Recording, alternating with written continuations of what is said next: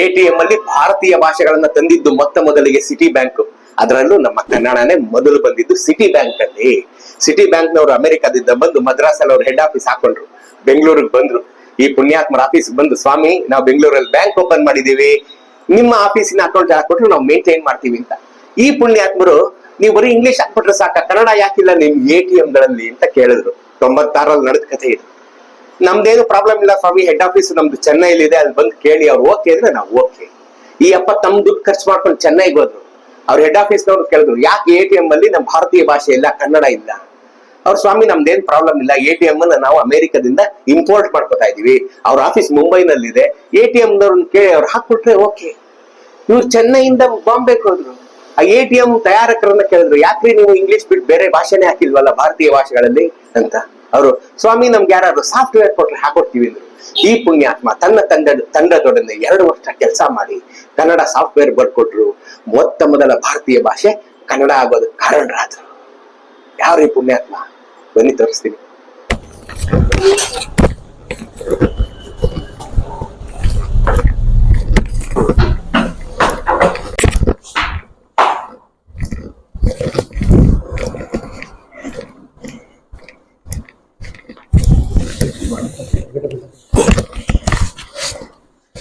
ಸ್ನೇಹಿತರೆ, ನನ್ನ ಹಿರಿಯ ಅಣ್ಣನವರಾದಂತ ಉದಯ್ ಶಂಕರ್ ಪುರಾಣಿಕ ಸರ್ ಕನ್ನಡವನ್ನ ತಂದಂತ ಪುಣ್ಯಾತ್ಮ. ಮಿಕ್ಕಿದ್ದನ್ನು ಅವ್ರ ಬಾಯಲ್ಲೇ ಕೇಳೋಣ ಅಲ್ವಾ? ಎಲ್ಲರಿಗೂ ನಮಸ್ಕಾರ. ಕನ್ನಡ ರಾಜ್ಯೋತ್ಸವದ ಶುಭಾಶಯಗಳು. ಇವತ್ತು ಎಟಿಎಂ ಅಲ್ಲಿ ಕನ್ನಡ ಬಳಸಬೇಕು ಅನ್ನೋ ಒಂದು ಕೋರಿಕೆ. ಈ ಕೋರಿಕೆ ಯಾಕೆ ಅಂದ್ರೆ, ತುಂಬಾ ಜನ ಎಟಿಎಂ ಅಲ್ಲಿ ಕನ್ನಡ ನೋಡಿರ್ತೀರಿ, ಆದ್ರೆ ಬಳಸೋರ್ ಸಂಖ್ಯೆ ತುಂಬಾ ಕಮ್ಮಿ ಇದೆ. ಇವತ್ತು ರಾಜ್ಯೋತ್ಸವ ಆದ್ರಿಂದ ನಾವೆಲ್ಲರೂ ಬಹಳ ಸಂತೋಷ ಪಡುವಂತ ಮತ್ತೊಂದು ವಿಷಯ, ಭಾರತದಲ್ಲಿ ಎಟಿಎಂ ನಲ್ಲಿ ಮೊದಲು ಬಳಕೆಗೆ ಬಂದಂತ ಭಾರತೀಯ ಭಾಷೆ ಅಂದ್ರೆ ನಮ್ಮ ಕನ್ನಡ. ನಂತರ ಎಷ್ಟೋ ತಿಂಗಳುಗಳ ನಂತರ ಹಿಂದಿ ಬಂತು, ನಂತರ ಮರಾಠಿ ಬಂತು, ತಮಿಳು, ತೆಲುಗು ಎಲ್ಲ ಬೇರೆ ಭಾಷೆಗಳು ಬಂತು. ಈ ಎಟಿಎಂ ಅಲ್ಲಿ ಕನ್ನಡ ಭಾಷೆ ಬರೋದಕ್ಕೆ 2 ವರ್ಷಗಳ ಕಾಲ ನಾನು ಕೆಲಸ ಮಾಡಿದ್ದೀನಿ. ತುಂಬಾ ಸಹಾಯ ಮಾಡಿದ ಗಣ್ಯರಿದ್ದಾರೆ, ಬ್ಯಾಂಕ್ನವರಿದ್ದಾರೆ. ಆದ್ರೆ ಹೋರಾಟನೇ ಮಾಡ್ಬೇಕಾಯ್ತು. ಯಾಕಂದ್ರೆ ಸರ್ಕಾರ ಆಗ್ಲಿ, ಯಾವುದೇ ಸಂಘ ಸಂಸ್ಥೆ ಆಗ್ಲಿ ಇದಕ್ಕೆ ಆರ್ಥಿಕ ನೆರವನ್ನು ಕೊಡೋದಿಲ್ಲ ಇಂಥ ಕೆಲಸಗಳಿಗೆ. ಅವ್ರು ಯಾರನ್ನು ಕೇಳೂ ಇಲ್ಲ, ಇವತ್ತಿನವರೆಗೂ ಯಾರನ್ನೂ ಕೇಳೂ ಇಲ್ಲ.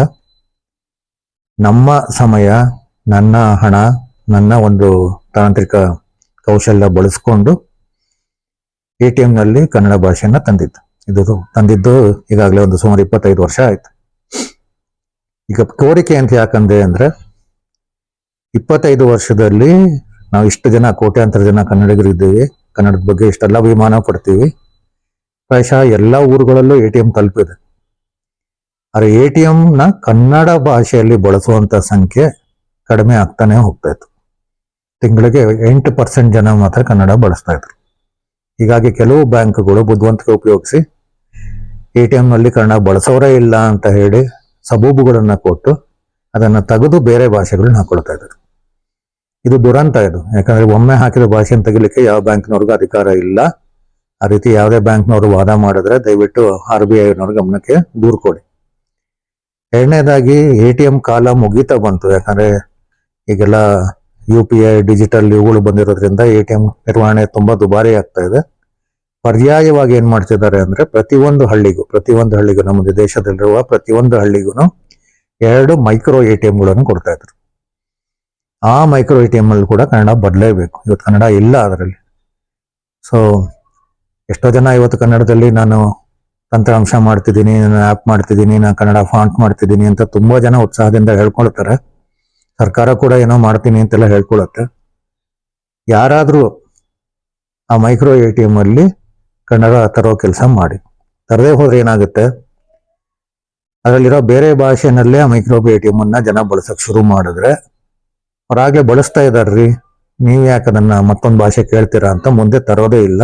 ಇದು ಸಾಧ್ಯನೂ ಆಗಲ್ಲ. ನಾವು ಏನೇ ಹೋರಾಟ ಮಾಡಿದ್ರೂ ಆಗೋದಿಲ್ಲ. ಇದು 4 ವರ್ಷದಿಂದ ನಾನು ಹೇಳ್ತಾ ಇದ್ದೇನೆ ರಾಜ್ಯ ಸರ್ಕಾರದವರಿಗೆ, ಆಗಿನ ಕನ್ನಡ ಸಾಹಿತ್ಯ ಪರಿಷತ್ ಅಧ್ಯಕ್ಷರಿಗೆ, ಅಭಿವೃದ್ಧಿ ಪ್ರಾಧಿಕಾರದ ಅಧ್ಯಕ್ಷರಿಗೆ ಎಲ್ಲರಿಗೂ ಹೋಗಿ ಮನವಿ ಕೊಟ್ಟಿದ್ದಾಯ್ತು.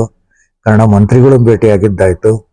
ಯಾರು ಅದ್ರ ಬಗ್ಗೆ ಕ್ರಮ ತಗೊಂಡಿಲ್ಲ. ಈಗಿನ ಸರ್ಕಾರ, ಈಗಿನ ಅಧ್ಯಕ್ಷರು, ಈಗಿನ ಒಂದು ತಂತ್ರಜ್ಞಾನ ಪರಿಣಿತರು ಯಾರಿದ್ದಾರೆ ಮುಂದೆ ಬಂದು ದಯವಿಟ್ಟು ಮಾಡಿ ಅಂತ ಒಂದು ಸಣ್ಣ ಕೋರಿಕೆ.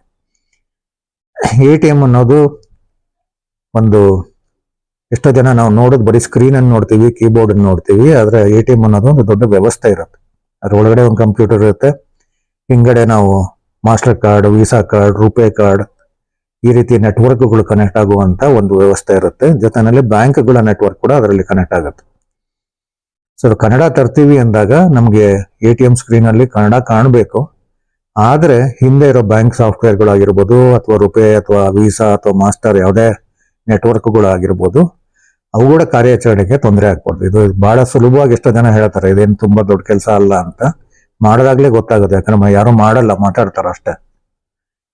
ಈ ಎಲ್ಲವನ್ನು ಮಾಡೋದಕ್ಕೆ ನಮ್ಗೆ 2 ವರ್ಷ ಸಮಯ ಬೇಕಾಯ್ತು. ನನಗೆ 2 ವರ್ಷ ಬೇಕಾಯ್ತು ಆಗಿನ ಕಾಲದಲ್ಲಿ. ಈಗ ಮೈಕ್ರೋ ATM ಅಲ್ಲಿ ನೀವುಗಳು ಮನಸ್ಸು ಮಾಡಿದ್ರೆ 1 ತಿಂಗಳಲ್ಲೇ ಮಾಡ್ಬೋದು. ಸೊ ದಯವಿಟ್ಟು ಯಾರು ಮಾಡಿ ಅದನ್ನ ಕನ್ನಡ ತರೋಣ. ಎಲ್ಲದಕ್ಕಿಂತ ಮುಖ್ಯವಾಗಿ ಕನ್ನಡ ಎಷ್ಟೊಂದ್ ಕಡೆ ತಂದಿದ್ದೀನಿ, ಕನ್ನಡ ಬಳಸಿ ಅಂತ ನಾನೊಂದು ಮತ್ತೊಮ್ಮೆ ನಿಮ್ಮಲ್ಲಿ ವಿನಂತಿ ಮಾಡ್ಕೊಳ್ಳಿಕ್ಕೆ ಇಷ್ಟಪಡ್ತೇನೆ. ಎಲ್ಲರಿಗೂ ಒಳ್ಳೇದಾಗಲಿ. ಯಾವ್ಯಾವ್ದ್ರಲ್ಲಿ ಕನ್ನಡ ತಂದಿದ್ದೀರಾ ಅದನ್ನು ಹೇಳ್ಬಿಡಿ. ನೋಡಿ, ದೂರದರ್ಶನ ಬೆಂಗಳೂರು ಅಲ್ಲಿ ಮೊದಲು ಕನ್ನಡ ತಂದಿದ್ದು, ಯಾಕಂದ್ರೆ ಕನ್ನಡ ಸಾಫ್ಟ್ವೇರ್ ಅಲ್ಲಿ ಇರ್ಲಿಲ್ಲ. ಆಗ ದೂರದರ್ಶನ ಕೇಂದ್ರ ಬೆಂಗಳೂರಲ್ಲಿ ಆರಂಭ ಆದಾಗ ನಮ್ಗೆ ತಮಿಳುನಾಡಿನಿಂದ ಬಂದಂತ ಕೆಲವರು ತಂತ್ರಜ್ಞರಲ್ಲಿ ಇದ್ರು. ಆ ಆರಂಭದ ದಿನಗಳಲ್ಲಿ ಅವರು ಕನ್ನಡ ಸಾಫ್ಟ್ವೇರ್ ಇಲ್ಲ ಅಂತ ಕೊರತೆ ಇದ್ದಾಗ ಕನ್ನಡ ಸಾಫ್ಟ್ವೇರ್ ನಾನೇ ಮಾಡಿಕೊಟ್ಟೆ, ಉಚಿತವಾಗೇ ಮಾಡಿಕೊಟ್ಟಿದ್ದು. ಇತ್ತೀಚಿನವರೆಗೂ ನನ್ಗೆ ತಿಳಿದ ಮಟ್ಟಿಗೆ ಕಳೆದ ವರ್ಷದವರೆಗೂ ಅದೇ ಸಾಫ್ಟ್ವೇರ್ ಅನ್ನ ದೂರದರ್ಶನದಲ್ಲಿ ಬಳಸ್ತಿದ್ರು. ಈಗೇನೋ ಒಂದು ಟೆಕ್ನಿಕಲ್ ಅಪ್ಗ್ರೇಡ್ ಅಂತ ಮಾಡ್ಕೊಂಡಿದೀವಿ, ಬೇರೆ ಸಾಫ್ಟ್ವೇರ್ ಹಾಕೊಂಡಿದೀವಿ ಅಂತ ಹೇಳಿದ್ರು. ದೂರದರ್ಶನ ಬಳಸಿದ ಸಾಫ್ಟ್ವೇರ್ಗಳೇ ಹೆಚ್ಚು ಕಮ್ಮಿ ಇವತ್ತಿನ ಎಲ್ಲಾ ಕನ್ನಡ ಟೆಲಿವಿಷನ್ ಚಾನೆಲ್ಗಳು ಅದನ್ನೇ ಬಳಸ್ತಾ ಇದ್ದಾರೆ. ನಮ್ಮ ಯಾವುದೇ ಒಂದು ಇದರಲ್ಲಿ ಒಂದು ಎಲೆಕ್ಟ್ರಾನಿಕ್ ಪ್ರೋಗ್ರಾಮ್ ಡಿಸ್ಪ್ಲೇ ಯೂನಿಟ್ಗಳು ಏನ್ ಬರ್ತವೆ, ನಮ್ಮ ವಿಡಿಯೋ ಯೂನಿಟ್ಗಳು ಮತ್ತೊಂದು ಇರ್ಬೋದು, ಯಾವುದೇ ಇರ್ಬೋದು, ಎಲ್ಲೇ ಕೂಡ ಅದೇ ಕನ್ನಡ ಸಾಫ್ಟ್ವೇರ್ ಬಳಸ್ತಾ ಇದ್ದಾರೆ. ಇದು ಒಂದು.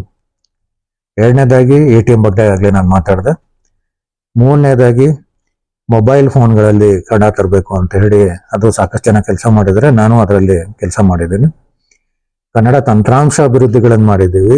ಕನ್ನಡ ಉದ್ಯಮಗಳಲ್ಲಿ ಬಳಸಬೇಕು, ಯಾಕಂದ್ರೆ ಉದ್ಯಮಗಳಲ್ಲಿ ERP ಅಂತ ಒಂದು ಸಾಫ್ಟ್ವೇರ್ ಉಪಯೋಗಿಸ್ತಾರೆ. ಪ್ರೊಡಕ್ಷನ್ ಪ್ಲಾನಿಂಗ್, ಮೆಟೀರಿಯಲ್ ಪ್ಲಾನಿಂಗ್ ಅಂತೆಲ್ಲ ಬರುತ್ತೆ. ಅದು ಸಾಧಾರಣವಾಗಿ ಇಂಗ್ಲಿಷ್ ಅಲ್ಲಿ ಇರುತ್ತೆ.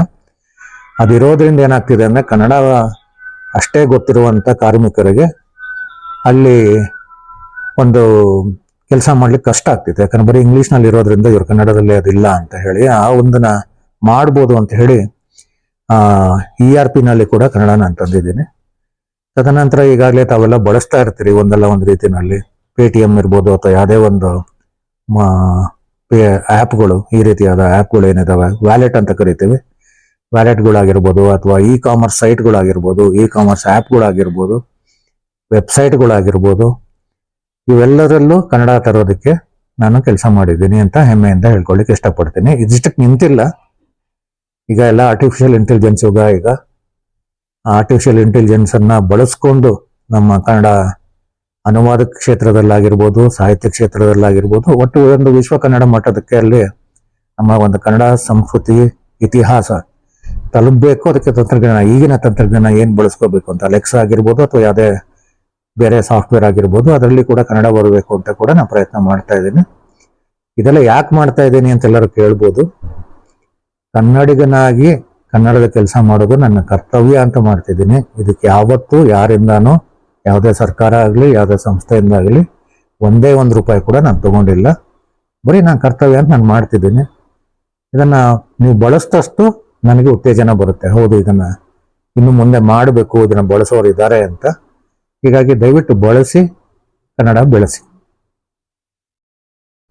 ಸೂಪರ್ ಅಣ್ಣ.